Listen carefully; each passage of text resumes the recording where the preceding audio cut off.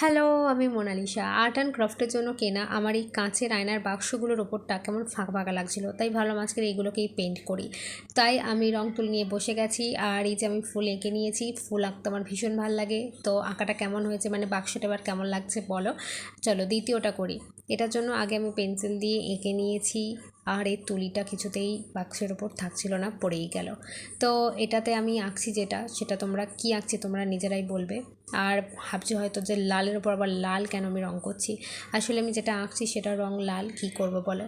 তো দেখো তো চিনতে পারো কি না আমি কী এঁকেছি। এটা আশা করছি তোমরা এবার চিনতে পারছো। তো আমি বলেই দিচ্ছি, এটা আমি স্ট্রবেরি ফল আঁকার চেষ্টা করেছি। স্ট্রবেরি আমি কখনো খাইনি, তাই ভাবলাম আজকে স্ট্রবেরি খাইনি তো কী হচ্ছে, স্ট্রবেরিটা এঁকেই নিই।